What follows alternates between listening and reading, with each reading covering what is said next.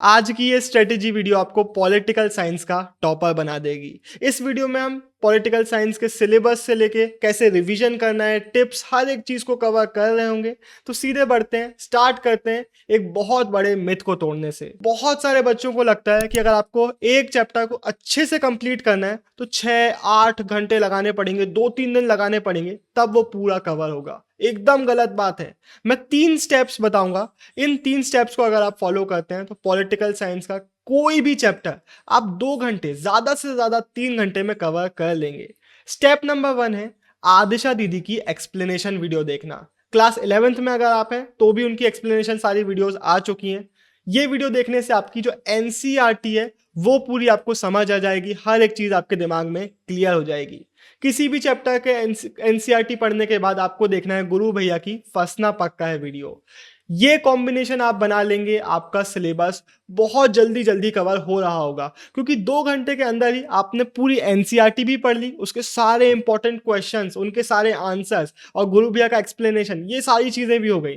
तो NCERT plus फंसना पक्का है का आपको कॉम्बिनेशन बनाना है हर एक चैप्टर के लिए। चैप्टर नंबर 1 एनसीईआरटी पढ़ी, फंसना पक्का है देखी। चैप्टर नंबर 2 एनसीईआरटी पढ़ी, फंसना पक्का है देखी। सारे चैप्टर्स के लिए यही चीज करना है। पॉलिटिकल साइंस में भी मैं आपको रिकमेंड करूंगा कि आपको फर्स्ट, सेकंड, थर्ड, फोर्थ इस तरीके से चैप्टर्स को पढ़ना चाहिए। आगे पीछे आप करते हैं ना तो पूरा एक फ्लो चैप्टर्स का टूट जाता है। तो एक लाइन से स्टार्ट करिए, सारे चैप्टर्स इस तरीके से कवर कर लीजिए। ये चीज हो गई। इस चीज को करते समय आपको एक और चीज करना है। एक सेपरेट कॉपी में आपको चीजें लिखते चले जाना है। क्या क्या आप लिखेंगे? सबसे पहले आप लिखेंगे जो भी चैप्टर आपका है, फिर जो भी टॉपिक आपका पूरी तरीके से हो चुका है उसको आप लिखेंगे। कोई टॉपिक अगर आपको एकदम डिफिकल्ट लगता है या फिर आपने उसको स्किप कर दिया अभी के लिए कि बाद में पढ़ लेंगे, उसको आप लिखेंगे। जितने भी नेम, डेट्स, ऐसी चीजें आती हैं जो आपको लगता है आप रिवाइज करना चाहते हैं फ्यूचर में या फिर आप भूल जाएंगे, उसको आप लिखेंगे। ये सेपरेट कॉपी आपको रिविजन के टाइम में बहुत ज्यादा हेल्प करेगी। जैसे ही आप एनसीईआरटी को कंप्लीट करते हैं तो आपके पास एक पेज होना चाहिए जिसमें हर एक चीज लिखी हो, एक पूरी समरी हो कि क्या क्या चीजें हो गई हैं, क्या क्या चीजें मुझे फिर से देखनी है और क्या क्या ऐसी चीजें जो मुझे रिवाइज करने की जरूरत है क्योंकि मैं भूलने वाला हूं। ये सारी चीजें आप लिखेंगे। अब आता है हमारा थर्ड स्टेप। हमने एनसीईआरटी एक्सप्लेनेशन भी देख लिया, फंसना पक्का है भी देख लिया, लेकिन चीजों को हम भूलेंगे भी तो उसके लिए हम क्या यूज करेंगे? नोट्स। अब ये वाले नोट्स कौन से हैं? ये वो नोट्स हैं जो हम आपको प्रोवाइड करते हैं फ्री ऑफ कॉस्ट। हमारे टेलीग्राम पे, हमारे एप्लीकेशन में, आपको प्ले स्टोर में मिल जाएगा। फ्री ऑफ कॉस्ट आपको नोट्स देखने को मिलेंगे। टॉपर्स ने ये नोट्स बनाए हैं, आपको बहुत ज़्यादा हेल्प करेंगे। आपने एनसीईआरटी एक्सप्लेनेशन, फंसना पक्का है जब देखेंगे, उसके कुछ दिनों बाद नोट से उसका रिवीजन कर रहे होंगे।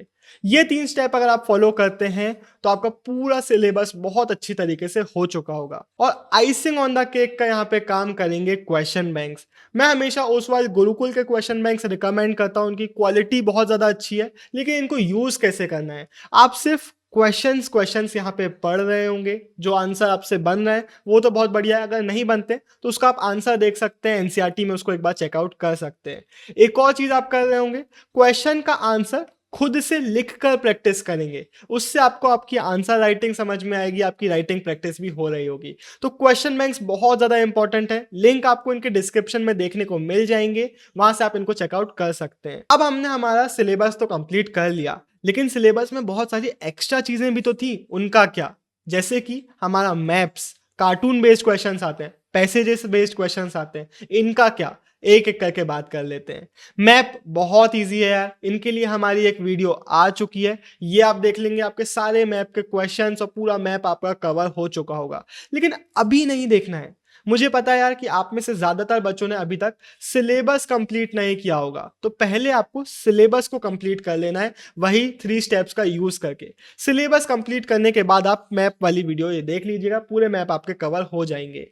एग्जाम्स जब पास आएंगे तब भी एक बार सारे मैप्स रिवीजन कर लेना, और एक बार जिस दिन आपका एग्जाम होगा उस दिन सुबह उठ के मैप को रिवीजन कर लेना। इतना साफ कर लेंगे, आपका पूरा मैप प्रिपेयर्ड हो जाएगा।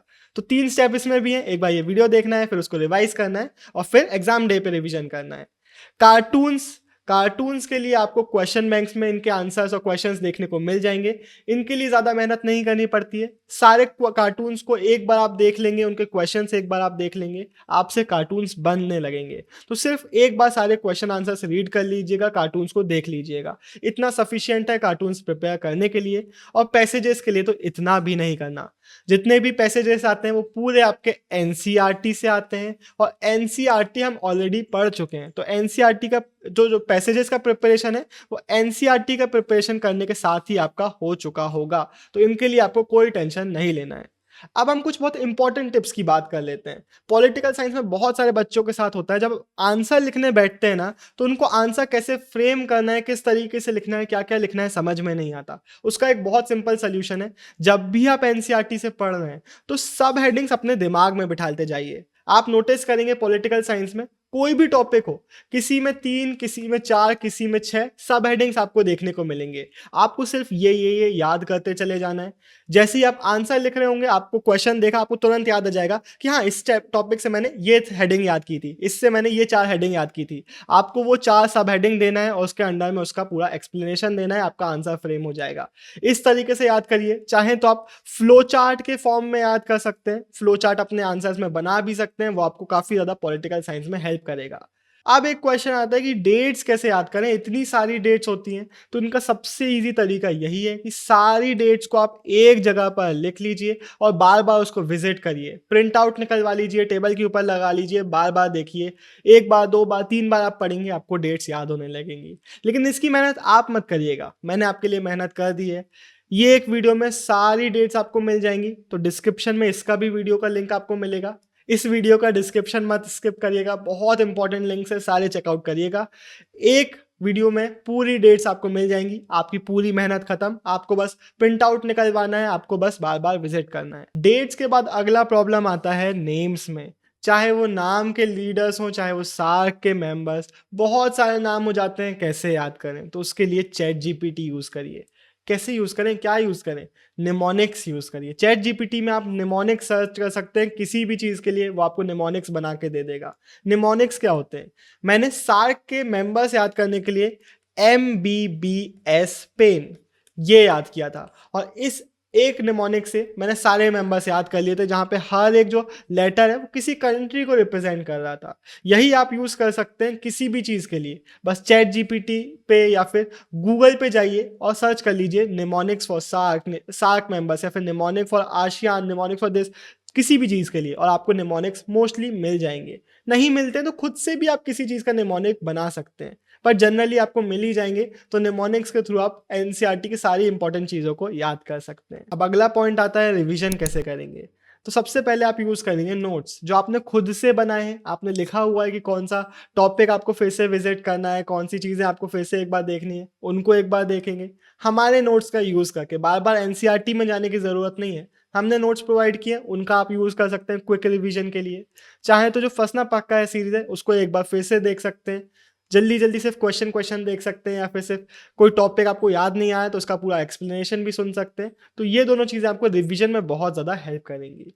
इसके बाद जब आपका पूरा सिलेबस कंप्लीट हो चुका है, आप कॉन्फिडेंट है कि एनसीईआरटी हो गई, रिवीजन हो गया, सब कुछ हो गया, तब आपको सैम्पल पेपर सॉल्व करना है। एटलीस्ट 2 सैम्पल पेपर आपको लिख कर सॉल्व करना है, बाकी सैम्पल पेपर आप सिर्फ एक बार पढ़ सकते हैं। ये करना बहुत ज़्यादा इंपॉर्टेंट है, इससे ज़्यादा इंपॉर्टेंट कोई और टिप नहीं है। सैम्पल पेपर्स मस्ट हैव है, और इसके लिए भी मैं आपको रिकमेंड करूंगा ओसवाल गुरुकुल के सैम्पल पेपर्स, लिंक आपको डिस्क्रिप्शन में मिल जाएगा। ये थी पूरी हमारी पॉलिटिकल साइंस की स्ट्रेटेजी। अब एक आखिरी चीज़ मुझे बताना है, एक आखिरी लिंक आपको डिस्क्रिप्शन में देना है, वो है हमारे राइटिंग कोर्स का। अगर आपको आंसर राइटिंग में इतनी सी भी दिक्कत है ना, इस कोर्स को परचेस कर लीजिए, ख़त्म हो जाएगी। बड़ी से बड़ी, छोटी से छोटी दिक्कत हमने इसमें सॉल्व करी है, तो इसको स्किप मत करिएगा। ऑल द बेस्ट आपको आपके एग्जाम के लिए। होपफुली आपको ये वीडियो ने हेल्प किया होगा। अगर किसी और सब्जेक्ट की भी इस तरीके की वीडियो चाहिए तो उसको आप कमेंट बॉक्स में बता सकते हैं। बाय बाय, साइनिंग ऑफ, देव टाइम।